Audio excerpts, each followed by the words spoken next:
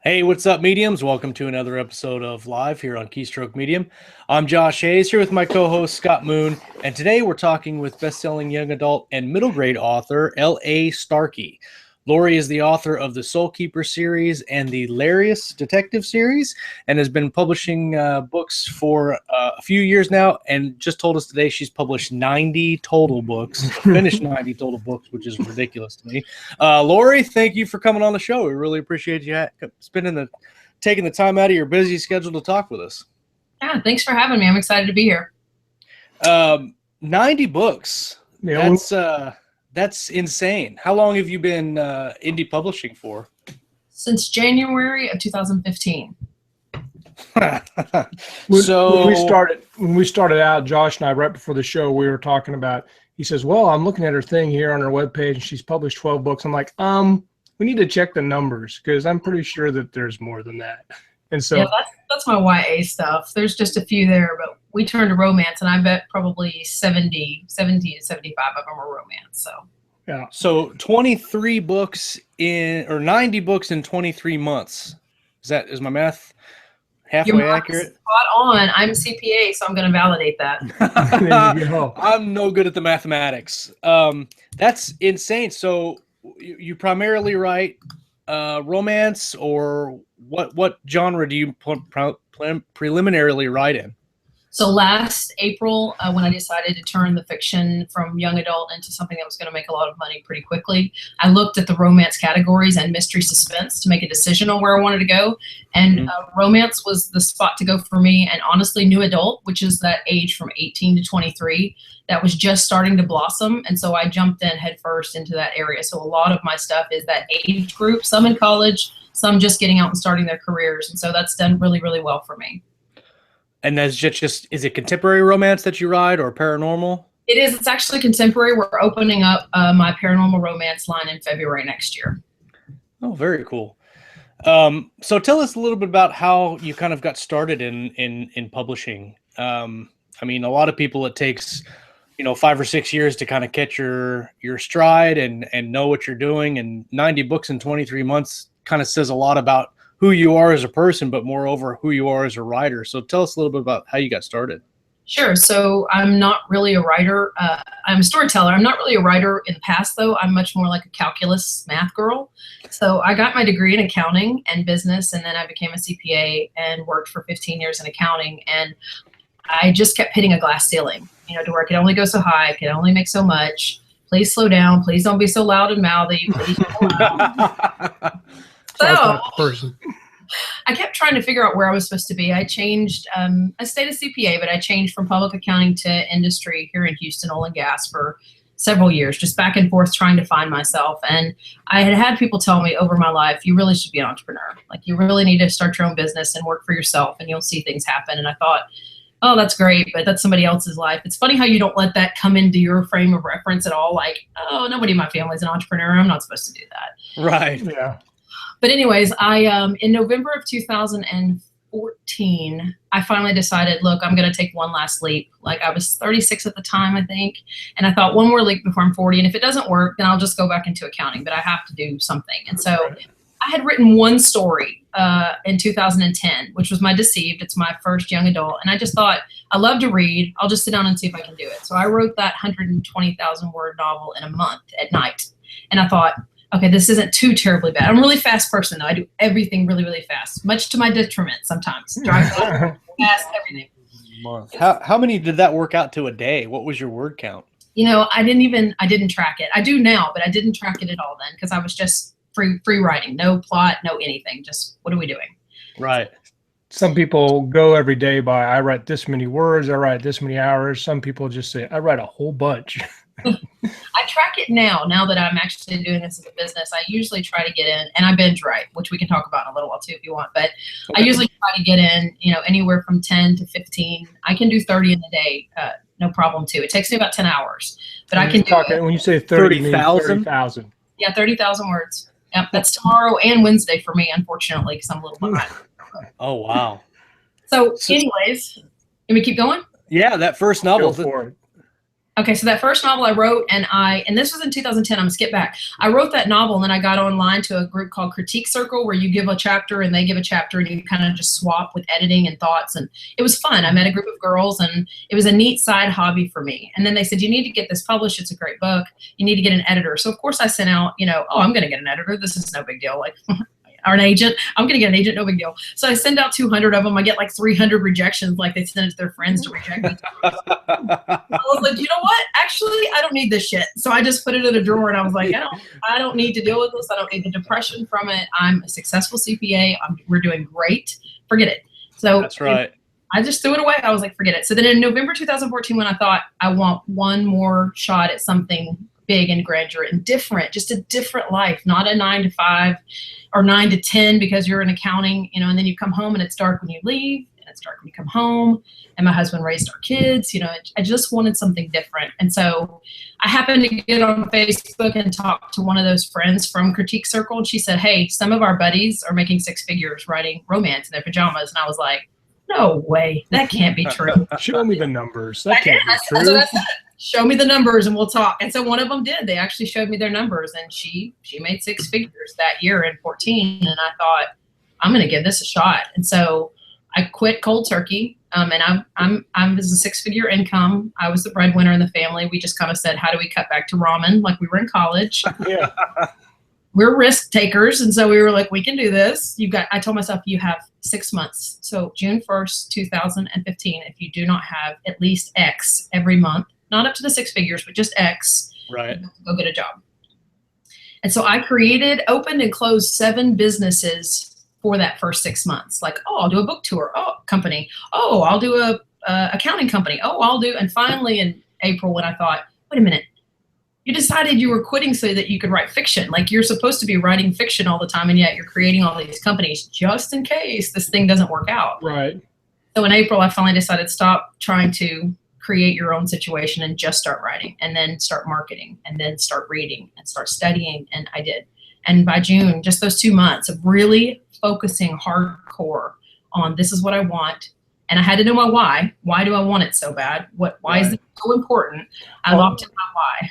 All the self-publishing podcast people will know that. You got to know your why. Got to know your why. Absolutely. There's several big things there, and I interrupt a little bit to unpack. Maybe might take us more than one episode, but I noticed that one, you made a huge commitment, kind of like burning your bridges, which a lot of people advocate that. It's easier said than done, and it's kind of like do this at your own risk type of thing, because not everybody can quit their job. But it is very motivating, I imagine. And then you had measurable goals, you had deadlines. And I think that is at least part of why you're where you're at now. Looking from this, that is something that I think everybody can learn a little bit from, maybe scale to their own comfort level. well, you can go beyond your comfort level, right? Because you have to stretch a little bit, because we'll always do the minimum. And just as humans, a lot of times we just do the minimum we have to do, and that keeps us comfortable. But if you stretch beyond that, and here's the question you have to ask yourself, I think, is what is the worst thing that could happen? What, honestly, if I did the thing that scares me, what's the worst thing that could happen to me? And then you have to say, and could I live with that? And mine was, you have to go find another job in accounting, and you might have to take a pay cut, and you might have to start back a little bit in your career, because 15 years of momentum might be killed by six months of not knowing tax codes. Right. Could I live with that? And the answer was absolutely, because the upside could be incredible. Right. So did you, that first book that you wrote, did you go back and rework that and publish it? Or how did you start out with your publishing venture? Right, I did. I took it back out of the closet, and I reworked it to be what I wanted it to be. I finished book 2 and 3. In that process of opening and closing those businesses, I was still writing. So I finished book 2 and 3 for the young adult. And then I bought Nick Stevenson's course, and I learned about keywords and the search engines and all that stuff. And actually, his course was, I don't like courses a whole lot. I'm just not one of those people. I feel like I buy a lot of courses that sit on my computer. But in applying his course, it changed my young adult to where it actually, when we did look at Amazon as a keyword search, just like Google, like I would for Google. And so when we made that adjustment, that helped a little bit. I did write my Howl at the Moon, because my son was like, hey, I'm really glad you wrote something for the girls. I wrote my middle grade Howl at the Moon, just a funny junior high novel. There you go. Did that in a 4-day weekend, and we published those. And again, they did okay, but it wasn't anything like, extravagant. But I got involved in everything I could. Like, I joined several groups on Twitter. I joined groups on Facebook. I researched everything. I took every class I could and wrote around that, because I knew that there was so much more to this thing than let me write a book and it'll sell. That's very right. The competition, and for people who are maybe have just like woken up and decided they're going to be interested in this, the people who have been here for a couple of years, like a lot of us, understand. But if you're new, the competition in indie publishing is really a lot. I should have a better word than a lot, but yeah. So you can't just say, well, I'm so brilliant that everybody will love me and they'll buy my books and then I'll be successful. There's a lot more to it, I think. Yeah, so studying people that have had success. So I turned to those girls that were making 6 figures, along with all these other additional things I did. And I learned from them. I asked them questions. I probed, I prodded, to figure out, you're doing what I want to do and you're where I want to be. How did you get there? What steps did you take? But the idea is that when you go into something like this, or any entrepreneur venture, you have to look at everything as an opportunity. And that means keeping your eyes wide open all the time. And that's why I've done so well. I have looked everywhere. I have talked to everyone.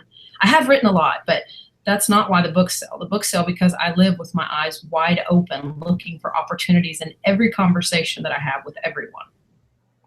So I want to step back just a minute and kind of talk about the production, and we can talk about the kind of how you put it all into motion here.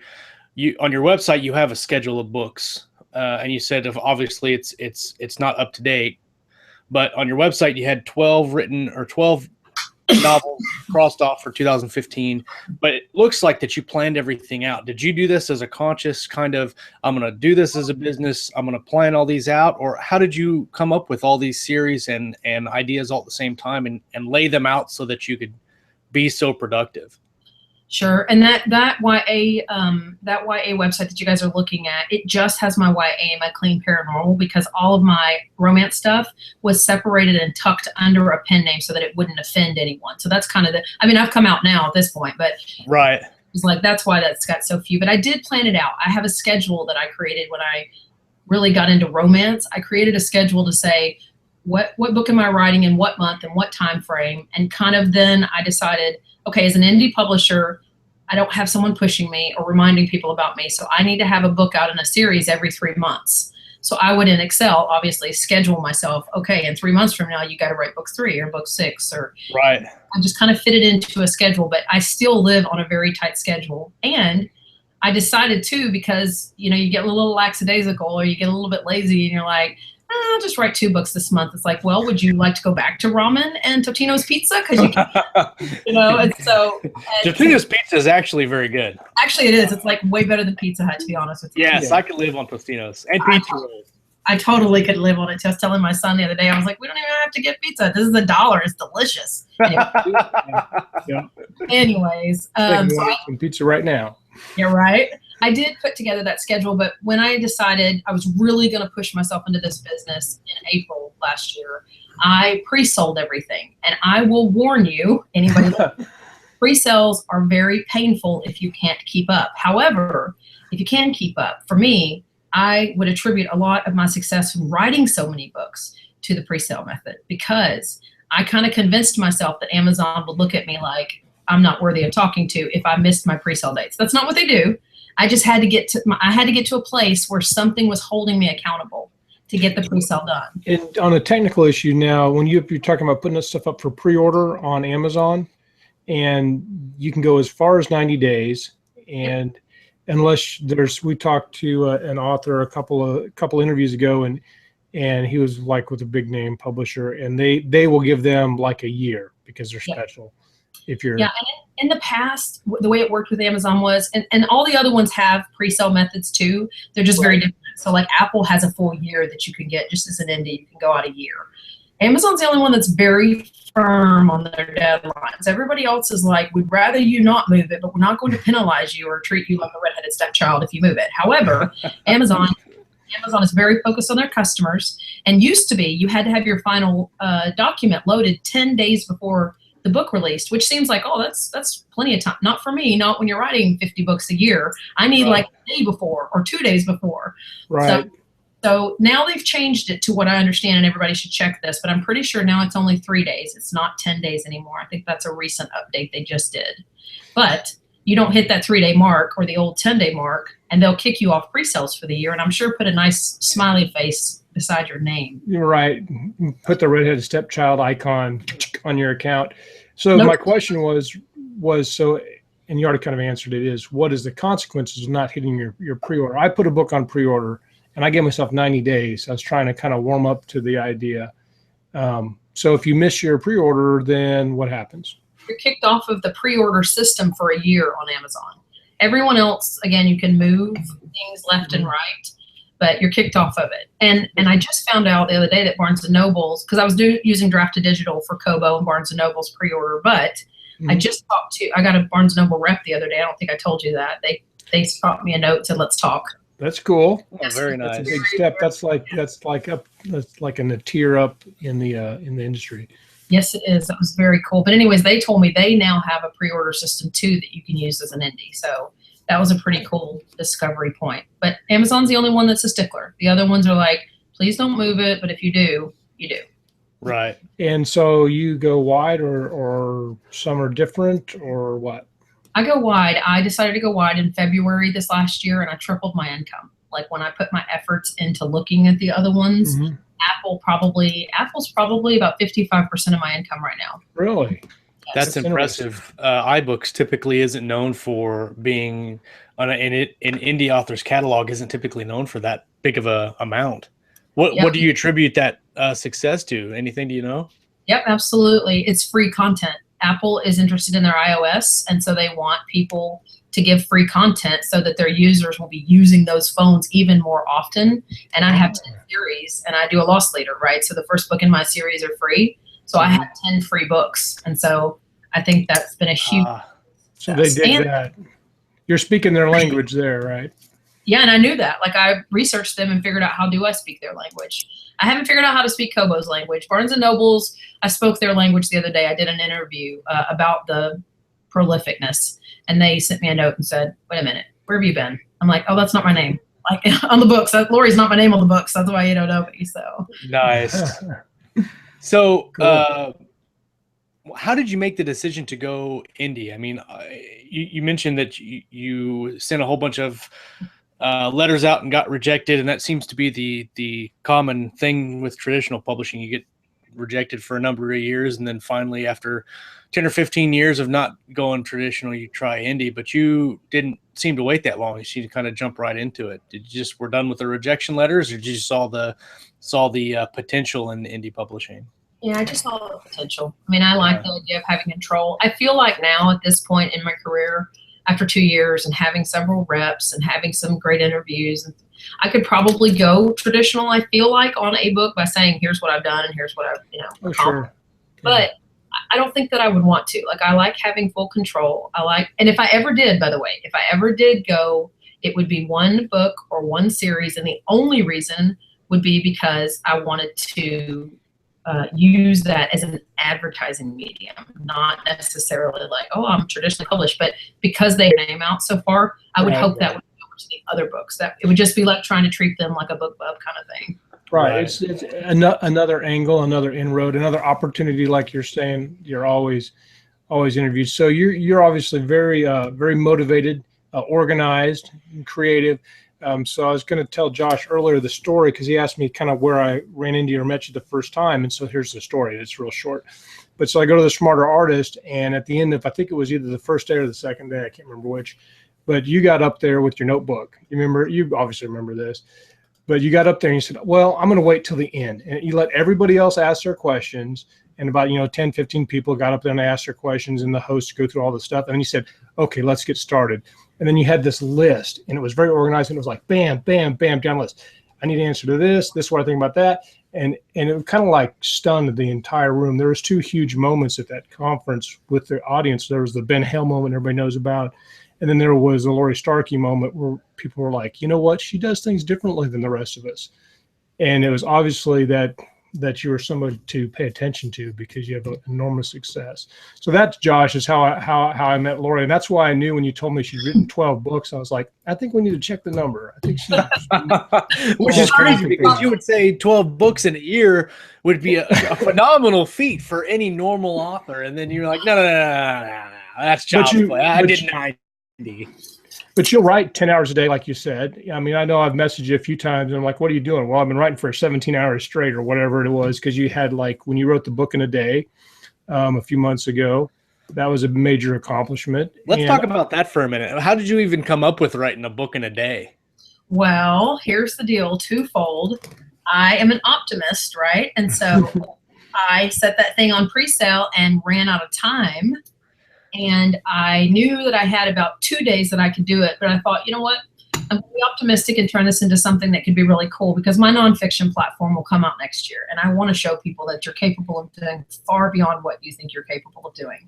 And so part of that was to prove it up this year, writing so many books, getting so many accomplishments under my belt, helping so many people. And the other one was to write a book in a day. And it was going to be a 47,000 word novel. And I planned it, I plotted it. And I sat down that morning at 6 and I finished at midnight. And it, by far, funny enough, has been the highest rated novel I've written. I really just got into flow big time, by the way. And I think you can write really well when you're in the flow state, and we've talked about that. So two quick things is you're talking about your nonfiction there. It made me think of, like, you can do so much more than you think, which makes me think that Lori Starkey is kind of like the Navy SEAL of creative writing. They can do 10 times when anybody else thinks. And then the other thing that Josh will be very excited about, because Josh converted me to Scrivener. And I believe, if I'm correct, you also use or have used Scrivener, and maybe at some point in the show when we talk about process, that could be fun to do too, because Lori's a Scrivener writer. I am, but I'm a very duct tape Scrivener writer. So I like that. Country bumpkin side when we talk about it, but we can totally. Duct taped Scrivener writer. I'm writing that down because I've never heard anybody say that, but I like the description. It's very, very vivid. I have one question to ask about your novel in a day project. 6 a.m. to midnight for a completed draft. Now, is that a published, ready, edited draft, or is that just the first messy draft and it took you a couple of days to clean it up? How did that go? Okay, so here's the deal, and every true artist that listens to you guys, and maybe even you, are going to shiver in your shoes right now, but I don't do a second draft. I should. Sean Platt has been on me. He's a great mentor. He's a great friend, and he does 3 drafts, and I know most people do. I have never in my life done a second draft. Not any of those 90 books. I just cannot fathom going back through the book. I would rather brush my teeth with super glue than go back. I just would. I'm a new project person. So I have editors that I pay a lot of money to that go through and scour the heck out of that thing and make it shine, but I will never look at it again. So you can pay people to do that. Yes. Which is obviously a good way. And later we'll talk about your staff too, which is interesting. So I'm going to go back to the brushing our teeth with super glue. We should probably spend some time on that. Brushing her teeth with super glue. So she duct tapes Scrivener and then she brushes her teeth with super glue. No, I would rather, but I never have. But okay. Somebody that read my, I think it was either Howl at the Moon or my Deceive, gentleman that read it, he put in the review on Amazon, this book is so fantastic. Lori has these things, and he put a few of these type things, these quotes. He's like, I'm going to label these Starkeyisms because I've never in my life heard such ridiculous stuff. And I thought, okay, well, that's cool. We can do that. Starkeyisms. I like that too. My notebook, my note page is becoming filled with. We got the Navy SEAL of creative writing producing their Starkeyisms with their duct tape Scrivener writing apps and stuff. I thought this was going to be a show about writing, and no, I'm just learning a whole bunch of cool words that I'm going to use the whole time now. Your friends are going to think you're so awesome. Oh man, it's going to be cool. So you finish a draft and send it off. How many editors look at it? I have one main editor, and then I have 2 proofers. So the editor will do some content. I don't like my stuff changed very much. Like I know I probably should change some of it, but if there's plot holes or issues, good. But I hate that second guessing yourself thing. I don't believe in that.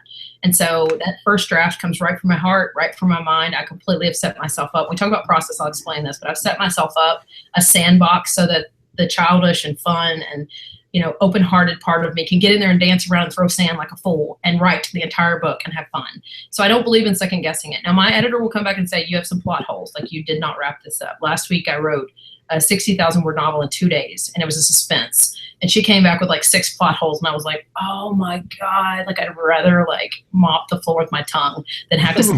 Are you writing it down? That's 3. Mopping the floor. You're going to get a lot of them now that I know you want them. So your romance, obviously, it's going to do phenomenal on Amazon. I think that's, aside from mystery and thrillers, romance is probably the most popular genre when you talk about ebooks specifically.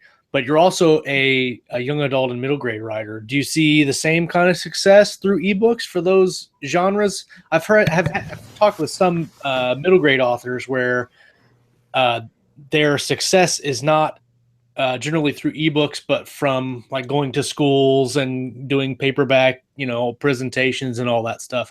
What's your experience with that? Right. My middle grade doesn't do very well at all. And I've actually had 1 or 2 book bubs on that series. And it's still, it's a great series. We get good reviews. It's hilarious. But I don't do very well at all. And I really had to shift my focus, right? So that Lyra's detective novel was supposed to be like 6 or 7 books long. I always plan very long series. I'm a series runner. I want to get you in and keep you in that funnel. And when I realized it wasn't selling, the funnel had to be chopped. Very entrepreneurial attitude, but the middle grade for me just does not sell an ebook for me. I feel like if I could get a traditional publisher, we'd be doing good. But that breakthrough with Barnes & Nobles the other day, I'll keep you guys abreast of that because things they said was, if you have certain books you want us to put in the catalog for the physical stores, we can work together on that. That was what my rep said. And I said, yeah, the middle grade would be great because I can't sell it to save my life. So that's kind of like one of those, what Sean and Johnny called the Dalai Lama moments. Like, oh, by the way, they asked me if I wanted to put my books in the physical bookstores. No big deal. Moving on. And that's crazy. Wow. You know what, though? It's one of those things where this is the cool part, and this is the nonfiction part of me. When you believe you can do something and you set your goals and you make them measurable and you push towards them and you know your why, when you accomplish certain goals, things happen. Other things happen. I did not do that interview for Barnes & Nobles. They were a black hole to me last week, and Apple was the week before. So it just happens as you continue to push and do really good in what you're going after. Those doors start opening around you. You're not pushing at them anymore. Now they're just opening themselves. It's right. A good point. It's what happens. So you've had a lot of success. I'm always curious to know, what does that feel like when you have a breakthrough? Like, we've had people say that before. Well, this happened, and because to us, we're like, that's amazing. We'd like to do what you're doing at this point. So do you have a celebration? You have a special, like, this week I owned Nook, and so now we have to go out and have a steak dinner or something like that.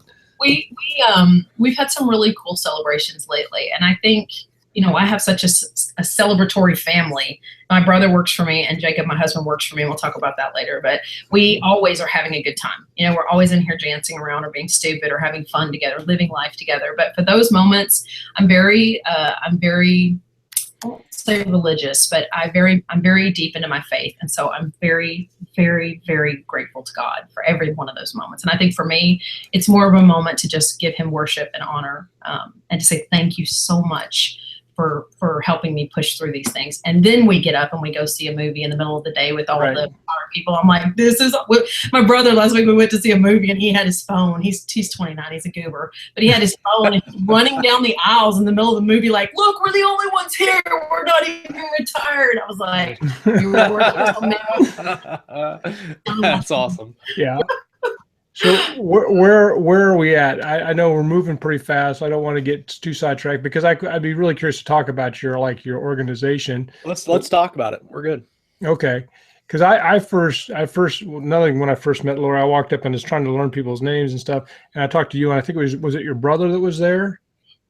Yeah. Right. Yeah. And so you guys went to that event together, and since then you've talked several times about other people that you have making your whole writing machine work, because you couldn't do what you're doing by yourself.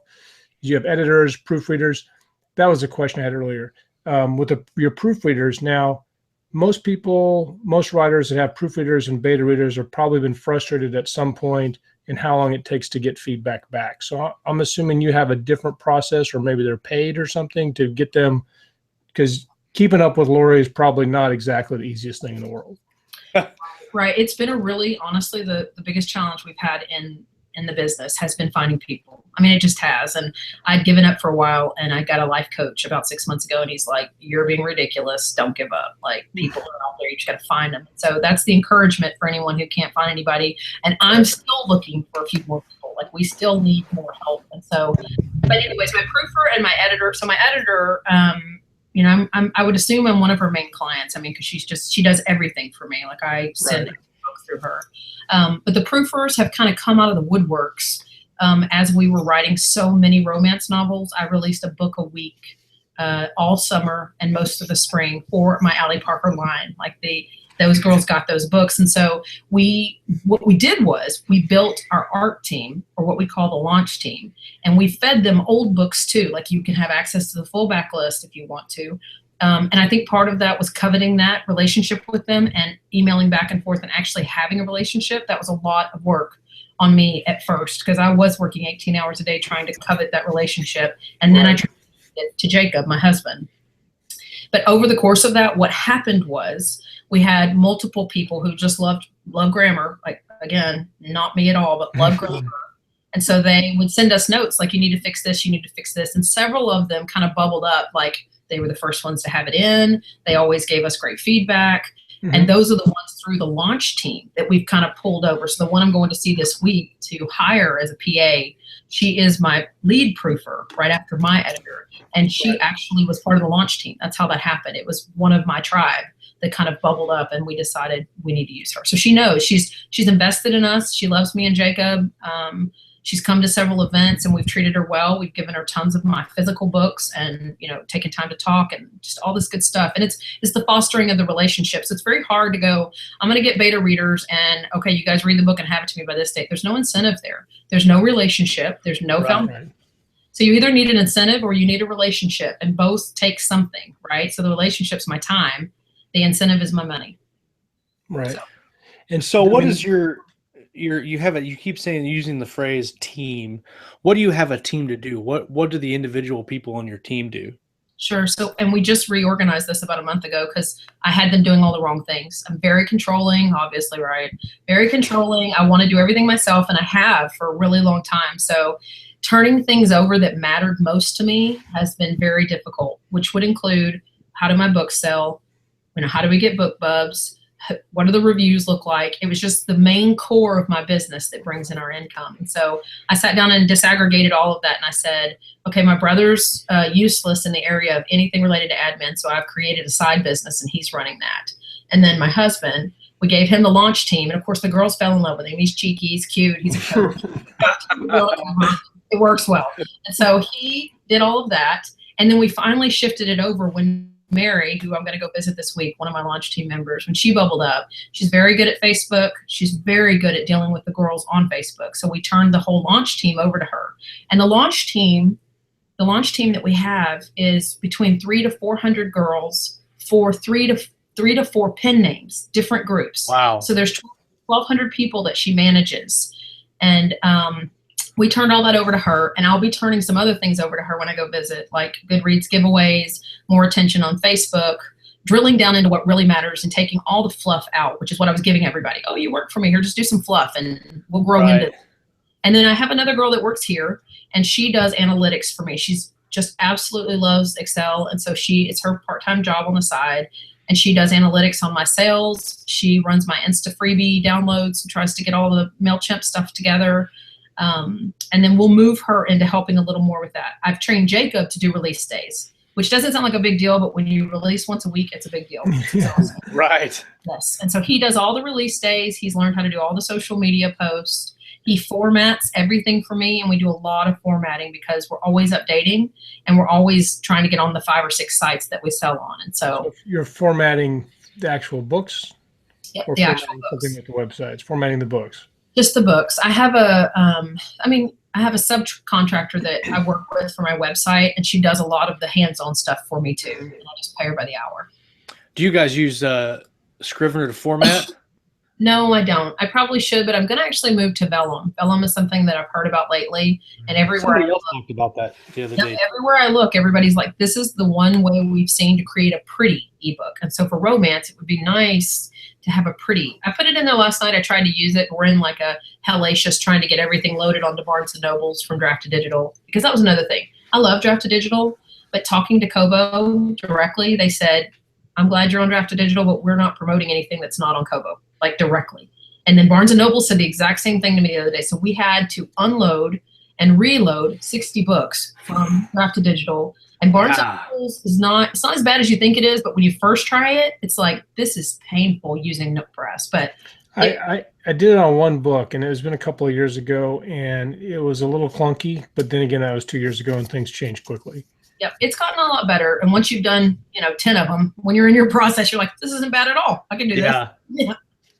So, but I love Do you still see Barnes & Noble's taking a lot of flack because of Nook kind of going out of style, and then their online presence not as big as Amazon, obviously. But do you see a good, still a feasible market there with Barnes & Noble? With them, I mean, obviously they're going to promote your books in their stores, but just the ebook market itself, do you see that as feasible?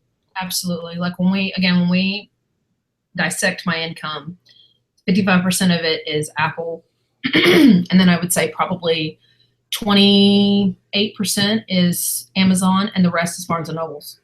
Wow. Barnes & Noble's is about 75% of what, if I put Amazon and Barnes & Noble's, if I make $100 on Amazon, I'll make 75 on Barnes & Noble's with no help. I've not had any help until yesterday or Friday.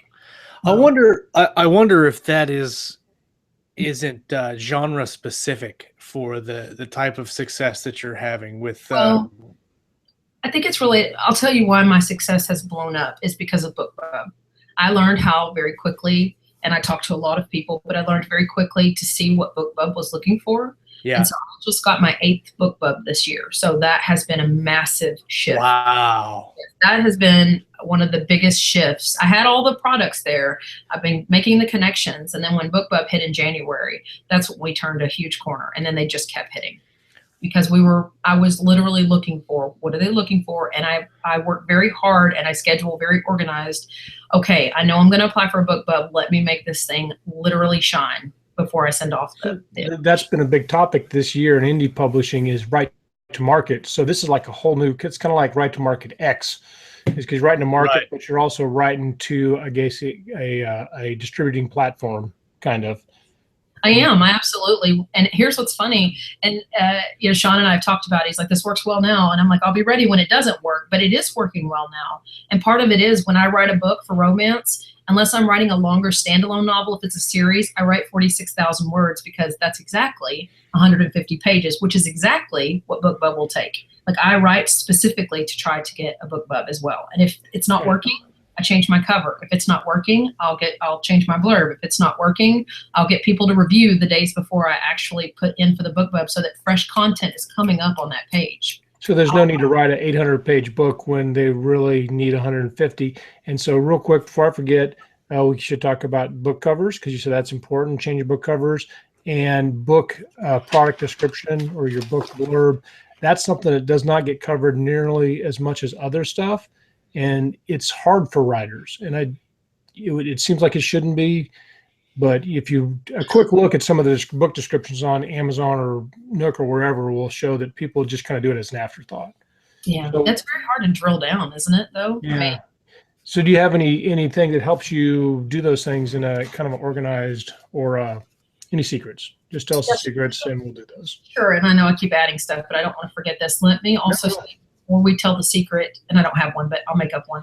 But before we tell the secret is coming. Yeah, I'm percolating in here. But before we do the secret, one of the things you need to think about as an author too is if I'm driving traffic to Amazon, and I know that I am via my website or my Amazon affiliates or if you know you're getting people onto book one, right? But they're not actually buying book one, and you need to figure out a way to track that. You need to figure out, are they going to look at it, but they're not buying it? And again, that Amazon affiliates code helps a lot with that. If they're not buying it, something is wrong with the front page, which means it's your cover or it's your blurb. You have to step back and go, it's one of those. And that's because it's free. And so if it's free and those things are all right, then they should buy it. It should be a no-brainer. That's absolutely right. So you have to step back and go, what part of the process is broken? If they're not even picking up the free book, it has to be my blurb. It has to be my cover. It has to be my number of reviews. Those are the three pieces that you're seeing on Amazon, right? So fix one of them, fix all three of them, but try different things until that works. Now, if they're buying book one and they're not going to book two, something's wrong with the concept, the writing, the editing. Something's wrong in the book, right? You're not pushing them to book two. Why? Well, go fix it. Get a bigger cliffhanger. Figure out which character is not lovable. Like, ask those questions in a survey to some of the people that are reading your books. What could make this better? But that's the first step. Which part of this process needs to be changed? Because we often will change the wrong part of the process. Nobody's buying the book. I need to go change the main character. Hey, it's probably the cover. Like, Right. you don't have to go that far. You have to figure out where is the stop sign and remove it. It'd be very a nice, refreshing thing to know that the change might not be, because most of the time you think, I got to rewrite the entire book. I need to spend 500 hours. It might be, I need to spend 30 minutes really thinking about my book description. Yeah, and maybe get some help. Find somebody who's good at writing book descriptions. And think about a book description. And here's the ninja trick for me. I think about a book description as a trailer in a movie theater, right? I mean, they tell me just enough that I want to know more. They leave me hanging and I'm going to show up. Like, it's not, tell me like your main character and the last character and then that's great. Or just give me dots from the plot. That's not what happens. Right. It's a movie trailer. It's like, John was a cop, but he's not anymore. And Sarah, once was in love, but, her husband grew two heads. I mean, like, whatever it is, you have to like stun me a little bit. And you have to be like, can this alien really fall with this two-headed man? I mean, like, whatever it is. But the question, it's really cool to end it on a question because then it resonates with me. The question does. What is the question? Because you got to know. Yeah, but you also have to want more. I want more. I don't want to just know the scenario. Okay, great. There's a scenario. Where's the cliffhanger? Your blurb should have a cliffhanger, or I'm not picking up the book. It needs to write your own blurbs. Book. Go ahead, Josh. Do you write your own blurbs or do you farm that out? Nope, I do. I write my own blurbs. And I usually will do, because it's romance, but in any situation, romance especially, dude is this, a little bit of the issues in there. And then the last part is usually a question. I'll usually leave a question as to how in the world love could ever conquer this situation. Right. Well, and because it's like, there's people always say that romance has a formula, but really there's so many millions of variations of romance that is kind of a misnomer. But there are some things you can't violate. Like, I've been told that if you write a story where you have a male character, a female, or whatever, two characters that are romantically involved, no matter who they are, and they don't get together at the end, then you're not writing romance. Right. But other than that, it's kind of, there's lots of other things you can do with it. But so when you write your descriptions, there's probably a method to your madness that needs to be covered for readers to know their. Yeah. When I wrote the blurb for My Howl at the Moon, which is the far left opposite of romance, right? It's for junior high boys. It's in the voice of a boy. I had a great time, by the way. It was awesome. Yeah. Romance is gross. Oh, boy. Anyways, when I wrote that one, I really had to look at it from the point of my son, and I had to say, what information would he want to know, and what question or cliffhanger would make him pick up the book? And then I asked him, like, look over this and see what you think. And it really was the virus, these three kiddos that want to make some extra money, but mowing lawns in Texas in the winter doesn't work real well. So they're going to pretend to be adults, right? They've decided they're going to be detectives. And so they've got on the internet and set up a business as three grown people, and it says in there, like, they've got their first client, it was like Old Lady Schmitz or something. Like, I was trying to be real cheeky with it. I was like, I can't remember what I put, but at the end, it was kind of like, the only rule is no girls involved in this next case. And of course there is a girl. She's on the cover, and so it's just nice. but it's like the cliffhanger. You just have to think like that. Like, okay, how can I just drop them off of the edge of a very steep cliff, whether it's mystery, nonfiction, whatever it is, there's got to be something that literally draws us in. I want to kind of switch gears and we've talked about how much that you produce, but I kind of want to talk about how you produce that much. You kind of glazed over plotting and planning out and using Scrivener. When you're talking about planning this, 4 million words of production that you have in the last 2 years, how do you take that idea and then plot one novel beginning to end, or do you plot the series beginning to end? And then how do you take those ideas in for lack of a better word, bullet point format, and then flesh them out into characters and a story? Sure. So I am very particular about making sure that I'm plotting the day or 2 days before I'm actually writing, because I have so much content and life gets so busy. I want to make sure that when I start that flow of plotting, that I move from plotting to putting together the rest of the bullet points and fleshing out the story to writing the story. It's very, very fast for me. So, as far as the plotting goes, I'm very, very structured in my plot. And that's actually the side business we have. We actually write plots for some of the bestsellers on Amazon. They'll give us a sentence. We write the entire plot. It's quite a bit of money. And then it's great. Like, that's the business that we've gotten into. Wow. Because I'm so formulaic on my plot. So I always start with my characters, kind of know the high level what's going to happen, but I always start with my characters. Right.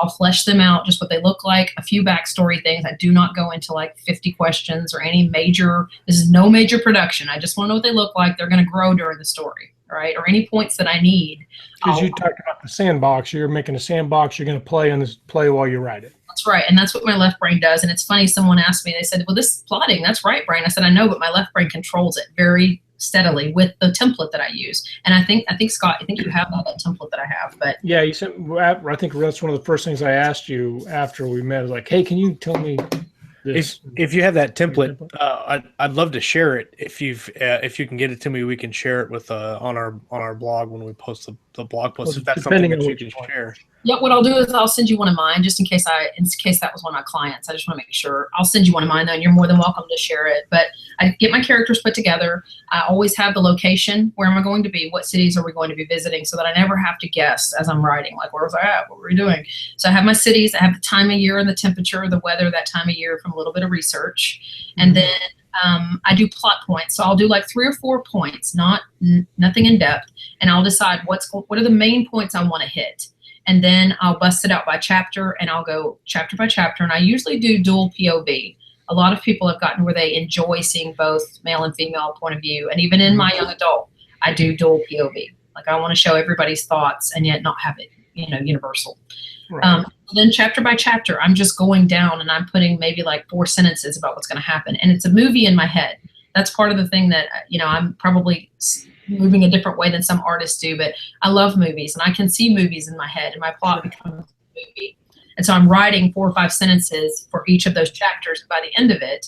And again, this took a little while at the beginning to get down. I know I want 2,000 words per chapter. I know for an 80,000, word book, I need 40 chapters. So Scrivener has all my different, what word count are we trying to get to? They have those templates set up. I have those set up in Scrivener. And again, you think, oh my God, how would you know how to get to the 40th chapter and then finally have the happy ever after? At the beginning, it's hard.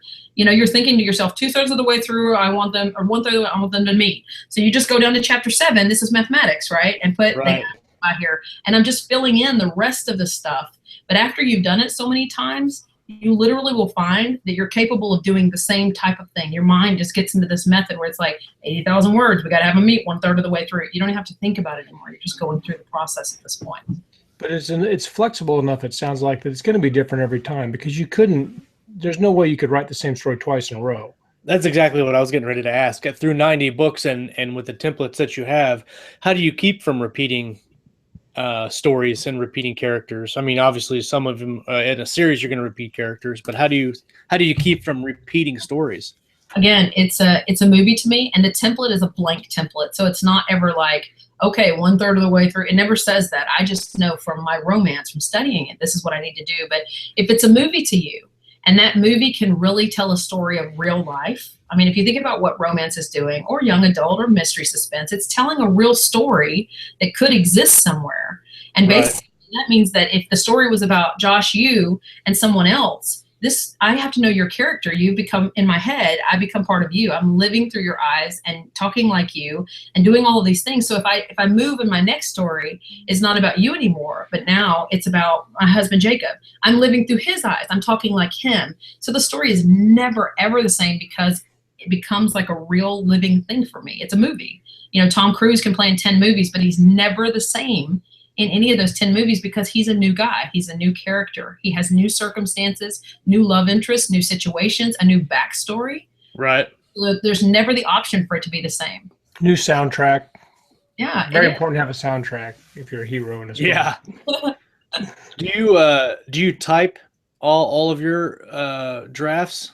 I do. A lot of people have asked, like, oh my gosh, you type so much. Like, are you using Dragon Speak? I'm like, I'm from Texas. Like, I can't even imagine it trying to keep up with me.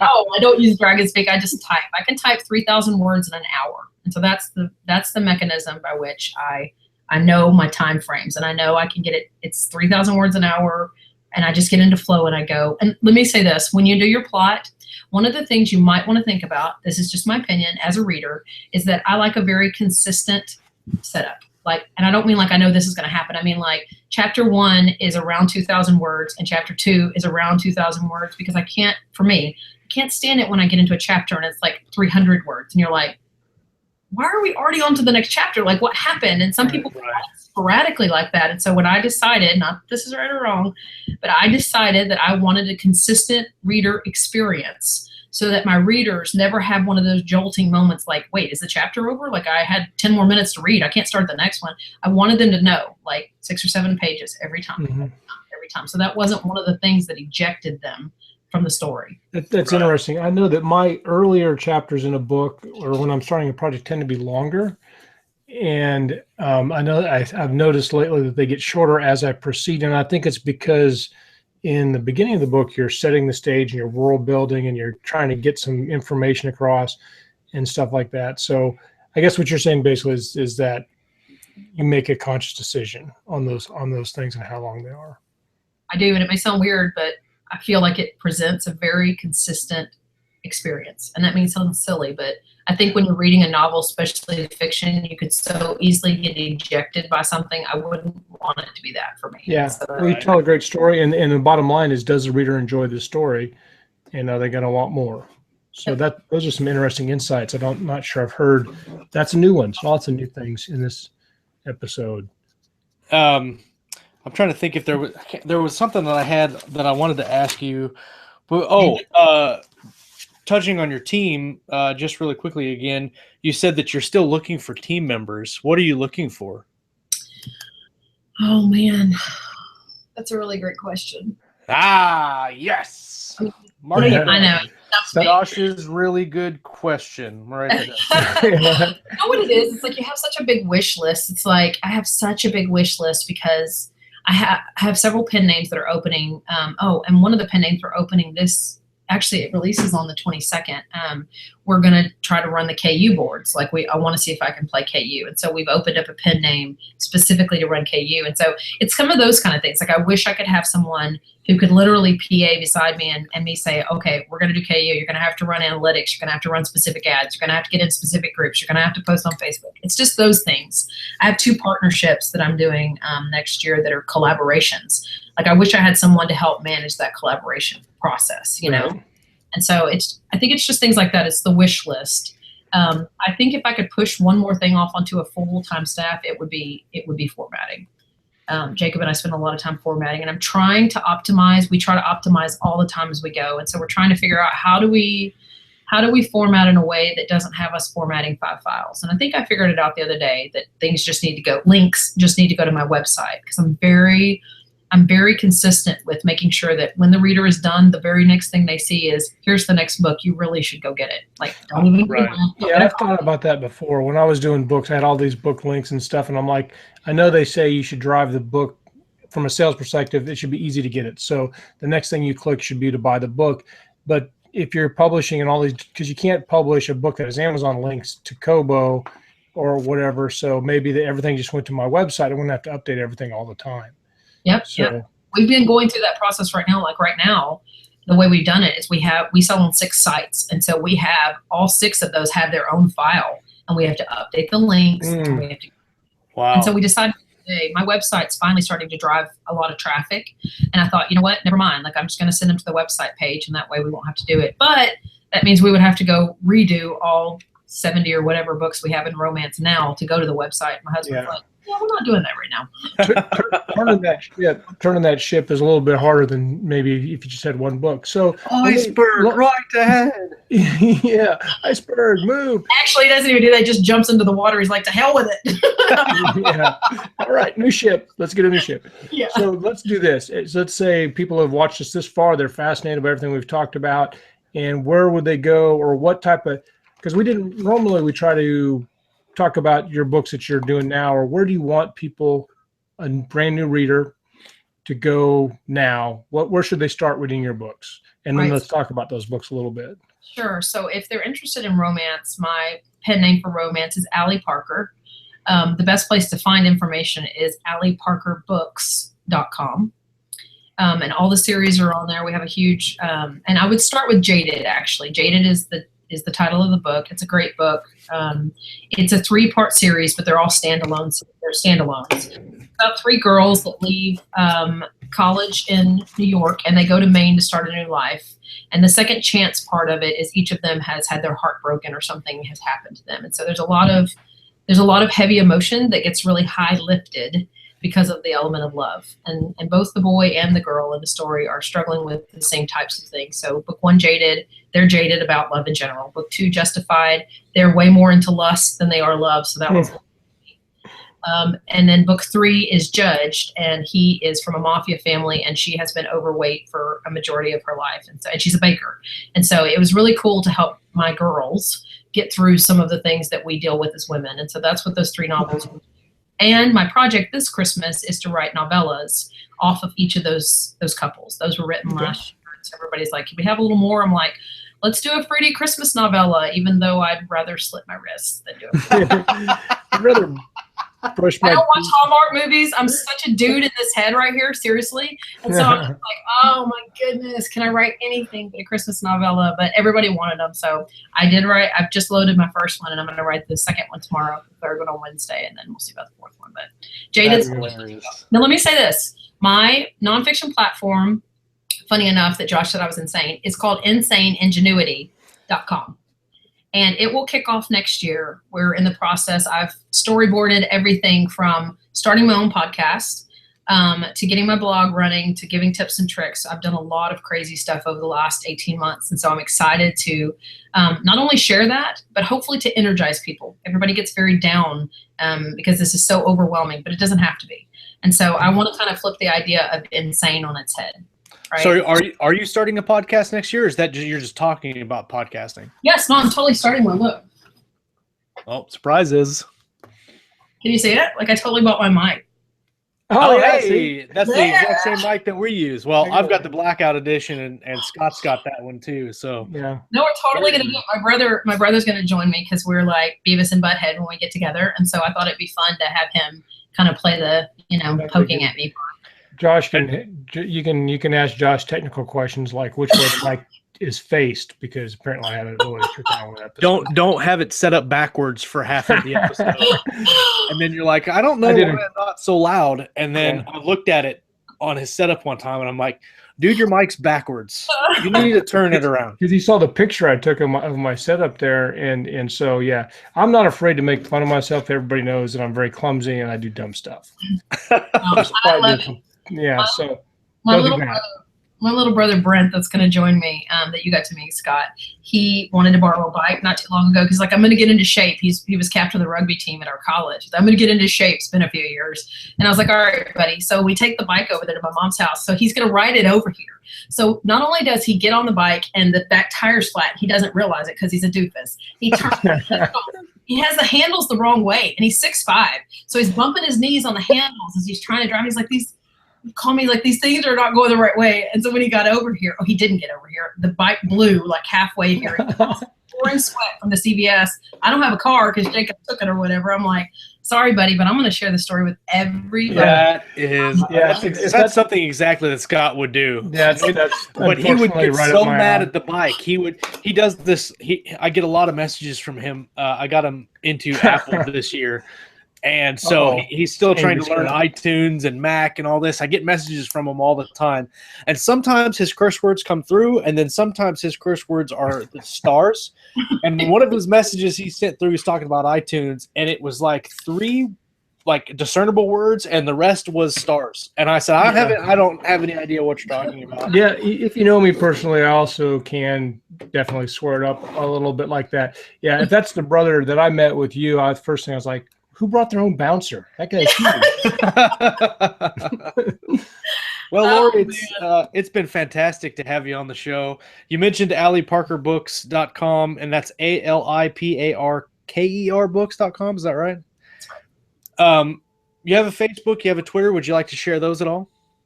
If you want to find me on Facebook, it's Lori Baxter, BAXTER Starkey. You can definitely find me there if you just have questions or want to, talk about some of the stuff we've talked about. And again, I'm pretty sure on my insaneingenuity.com, on that website, it's being rebuilt right now, but there is a contact page on there. Okay, great. To me, so awesome. Again, thank you so much for coming on the show. Glad you had that contact with Scott at the Smarter Artist, and he's talking about possibly going to the next one. So I don't know if I'm going to the next one or not. My car, I'm not sure is going to make it because I'm driving along and I hit the brakes and the whole front end feels like it's going to come off. So I may have to have some upgrades. Maybe your steering wheel's on backwards. I might hitchhike. Maybe you should start writing romance and get a new car. That's it, Nice. And his favorite genre is active werewolf romance. And, that sounds awesome. I bet you it would sell too. That's crazy. So I'll have to use some of your stars. That's right. That's right. When we're done, Josh will tie it off here, but we usually hang out for a couple minutes after we go no longer live, so we can kind of debrief a little bit on there. So sounds like so strategical, so military debriefing. We're going to debrief. Well, everybody that watched live, thanks for coming and hanging out with us. If you catch us on the podcast on iTunes, don't forget to rate us, leave a little review, and we'll see you next time. We have Paul Cochran coming on next week, and Mark Allen Edelheit, I think I pronounced it, in 2 weeks from now, who writes kind of alt history fantasy. So thanks everybody for joining, and we'll see you on the next show.